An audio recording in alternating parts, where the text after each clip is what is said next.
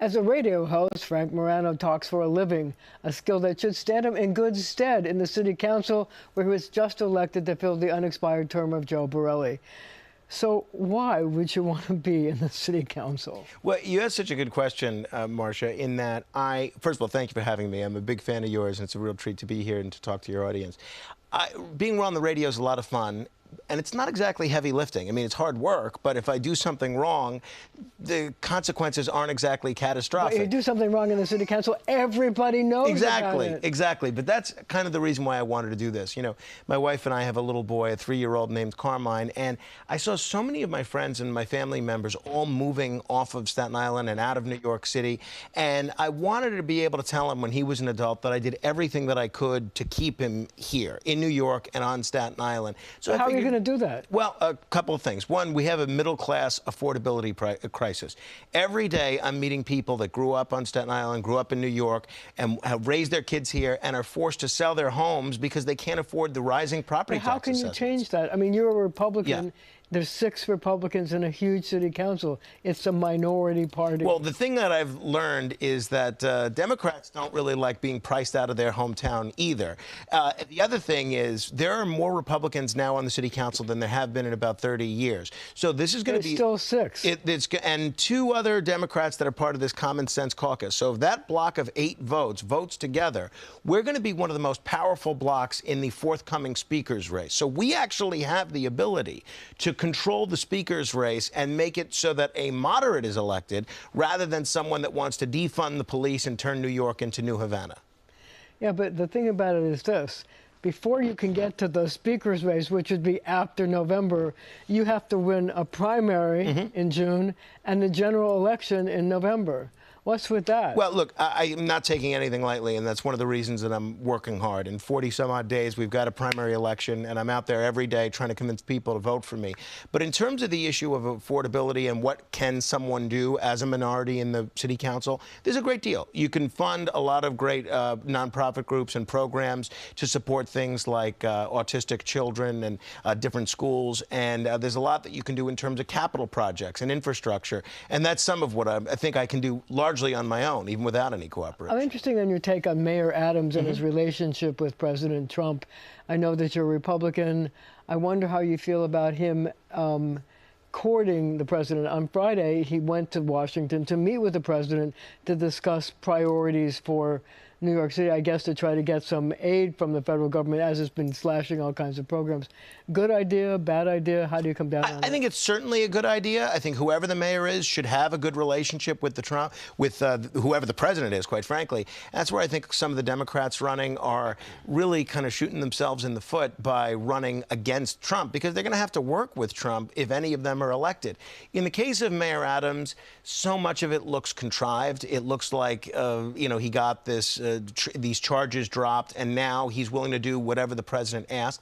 That being said, I think it's a great thing for whoever the mayor is to talk with whoever the president is and have a great working relationship. And quite frankly, I want to have a good relationship with whoever the mayor is. I hope it's Curtis Leawood, but whether it's Eric Adams, Andrew Cuomo, or anybody else, I'm going to have a good relationship with that person. So you talked about having a block of people who could vote for the new speaker, but there's also going to be a race for minority leader. And that could be sort of an ugly Donnybrook, because there was a fight.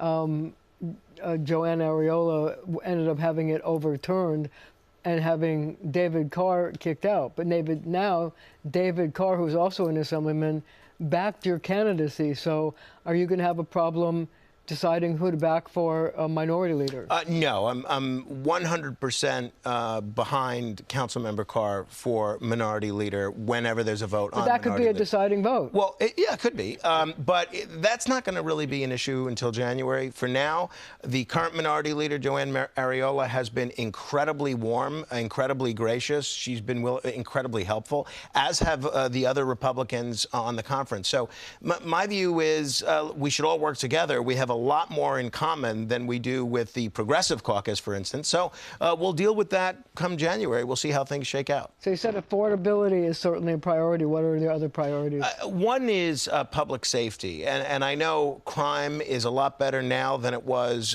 back in 1990 and 1991. But you get the perception that folks don't feel safe. They don't feel safe riding the subway. They don't feel safe when home invasions are rising in certain neighborhoods. So I think there's a morale crisis in the part of the NYPD. How do you solve that? Well, part of it happens to be not passing a lot of these crazy anti-cop policies that the city council has passed, like the neck compression bill, like how many stops act. You can go down the list. There's a long list that's passed with a veto-proof majority. The police need to know that I have their back and that New York has their back, and I think we need to elect more members like me, quite frankly, that are going to be supportive of the cops. But what chance do you have? I know that you have the Common Sense Caucus, which has 8 votes, but how much of a choice do you really have, a chance do you really have to pick somebody who's not a progressive?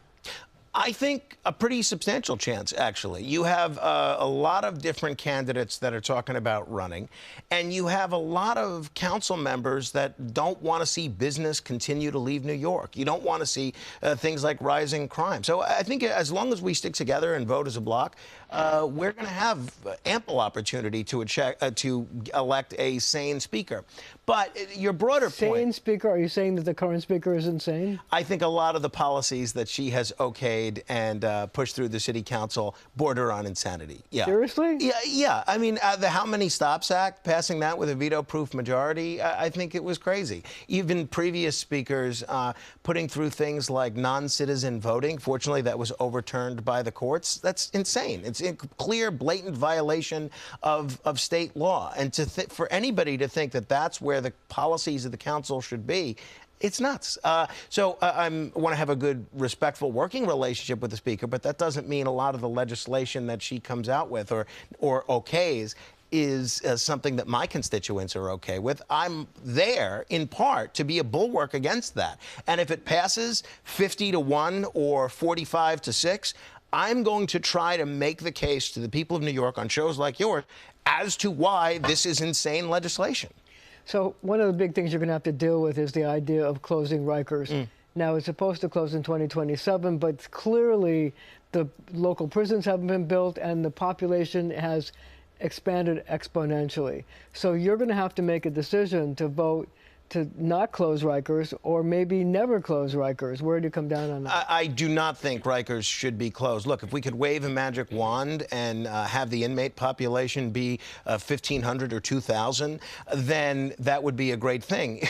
We're not going to be able to do that. So why not fix the problems at Rikers rather than multiply the problems by 4? I don't know why we think that whatever the problems are at Rikers, that's somehow going to be magically fixed if we put borough-based jails in 4 out of the 5 boroughs. So count me as a steadfast opponent of not only keeping Rikers open, but as the mayor would like to do, keep ICE at Rikers. But you also have a situation where there's some land on Rikers Island. Why don't you just build a new prison that's state-of-the-art right on Rikers? Well, there are multiple jails at Rikers, and many of them are in states of disrepair. I'm all for new construction, new renovation of the situation, at Rikers, because I can tell you, Democrat, Republican, Brooklyn, Manhattan, Bronx, I don't know a lot of people that want a borough-based jail in their neighborhood. And yet, there's 4 that are going up right now. We have about 30 seconds left. So what would you do to stop it? Would you turn it into housing? I am up for looking at all the options, but I think it begins with ending this farce that we're going to close Rikers Island. The inmate population is too large. It's not going to work. We're going to have to leave it right there for now, but our conversations continue right after the show on our streaming channel, CBS News New York.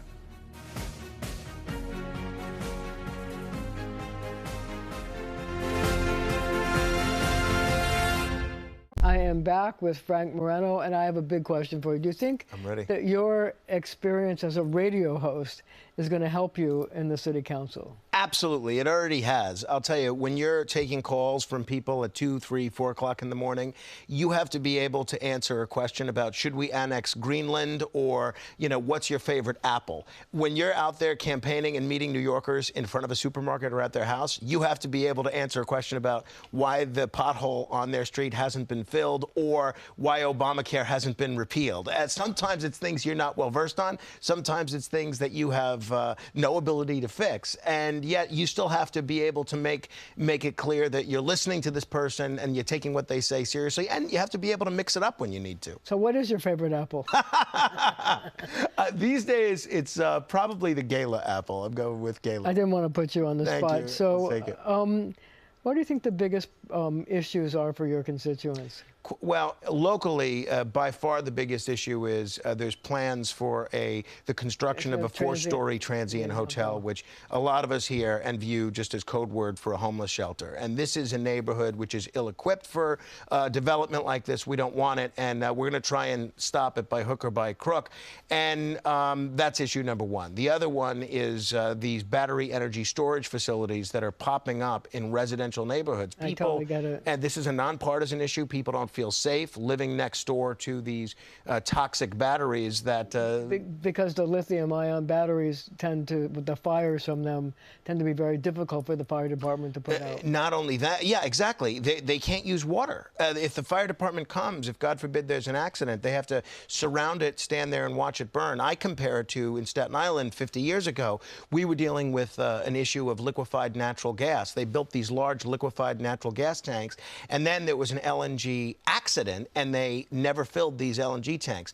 I hope that doesn't happen with any of these battery energy storage facilities, but I fear that it might. So as a lifelong New Yorker, I wonder if you've ever met Donald Trump, and if so, what's your relationship like? Many times. I've met him first as a 8-year-old. I was seeing I was seeing Will Rogers' Follies when his then girlfriend Marla Maples was in the show, and I got him to sign the playbill, and the only thing I had to sign it with was my stepmother's eyeliner pencil, and he signed the playbill, and then a whole line of people lined up behind me and all wanted autographs, and he continued to sign their autograph with the eyeliner pencil. So when I would see him many years later, I would ask him for that eyeliner pencil back on behalf of my stepmother, and he always got a kick out of it. But I dealt with him a lot as a radio personality, as a radio producer over the years. I found him to be incredibly gracious, incredibly intelligent, and honestly, and this is not something that comes across on TV, incredibly willing to listen and incredibly curious about the people, you know, in his orbit. So I'm a fan. I'm a supporter and have been for a long time. So you were one of the producers of a documentary called Get Me, Roger Stone. I wonder how that came about and what you learned from it. So I met Roger actually in 1999 when we were both working on the draft Trump for President committee. I was involved with the Reform Party at the time, and Donald Trump was thinking about running with the Reform Party. And it developed a long-time relationship with Roger. And at the time that we started filming that, I think it was 2011, Roger was not the big deal he is now. He was kind of on the outskirts of political relevancy, but still such an interesting guy. So Morgan Peckma, Dylan Bank, and Dan DeMauro, great documentary filmmakers, they said, hey, you have access to Roger, you know about journalism. What about partnering with us to do this documentary? And I convinced Roger to give us this kind of access, the kind of access that I don't know that anybody in the last 20 years has had to a major political figure. And he agreed. And we got Donald Trump in the documentary, as well as a number of other folks. Definitely worth seeing. It's on Netflix. So let's change topics. Do you believe in UFOs? I do think, look, I don't think that you can doubt that there's been these sightings of something in the sky. Are they aliens? I have no idea. But to me, the question is not, do you believe in UFOs? The question is, what are these UFOs or UAPs? And I don't know what they are, but I definitely don't believe that these trained Navy pilots and others that are seeing these things are all crazy. So I think there's something out there. Well, what's the best evidence that they exist? Well, the Nimitz footage, the Tic Tac footage, the footage that we've seen that a lot of military pilots find credible, I think. What made you a believer? Well, thinking that people can't be all suffering from some mass delusion. So when I see credible military pilots explaining how they have never seen something that moves like this, to me, that strikes me as credible. So, again, I don't know So what are they there are. aliens? You I think don't know. there's aliens? No idea. No idea on that front. They could be experimental military aircraft, could be, private sector development, or it could be something else. I don't know. Would you ever want to go into space? Absolutely. I'd like to, especially if I could go with my pal William Shatner on one of those 10-minute Blue Origin flights. That's my speed. So what do you think of the fact that in the mayoral race, both Andrew Cuomo and Eric Adams are looking to have independent party lines, third-party lines, so they don't have to run as either a Republican or as a Democrat? I think it's politically very good news for Curtis Sliwa, because all of a sudden, if you have Mamdani, Adams, Cuomo, and Walden all on the ballot in the general election, Curtis can win with 30 to 35% of the vote, which for a Republican is definitely feasible in New York City. If he has to get 51% of the vote, then it becomes he needs to catch lightning in a bottle like the way Mike Bloomberg did. So I think it's good news for Curtis. And I think it's a reflection of the fact that there's a lot of unhappiness with both Governor Cuomo and Mayor Adams on the part of rank-and-file New Yorkers. So you've said that you avoid chain restaurants. I'm wondering why.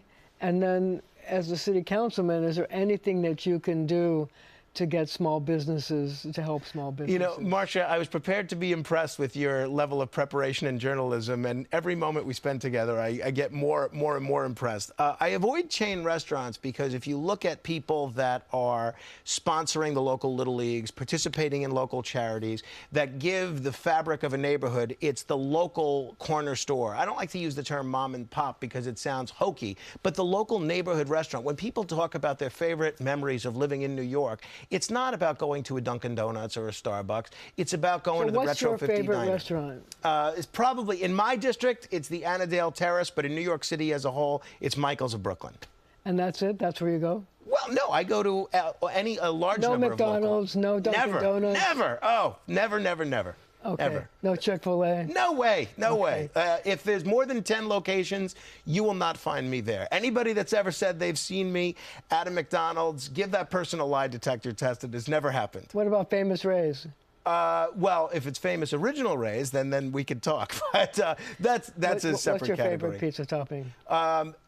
Staten Island has a place called Lee's that makes an incredible. I thought you said Goodfellas. Well, the clam pie at Lee's is phenomenal, but if we're talking Goodfellas specifically, they do a vodka pie, which is out of this world. A vodka pie. Outstanding. You got to let me take you. Last question. If you had to take somebody on a tour of Staten Island, what 3 places would you want them to see? I'd want them to see the Conference House on the South Shore of Staten Island. That's where there was a great meeting September 11th of 1776 with Ben Franklin, John Adams, and Edward Rutledge. I'd want them to see the Fresh Kills Park, formerly the Fresh Kills landfill, because that's a great indicator of the worst and best of government simultaneously. And I'd want them to see the Staten Island Ferry, because in my view, it's still the best way to get a view of the Statue of Liberty, and you don't have to pay. On that note, thank you so much for joining me, and thank you at home for joining us as well.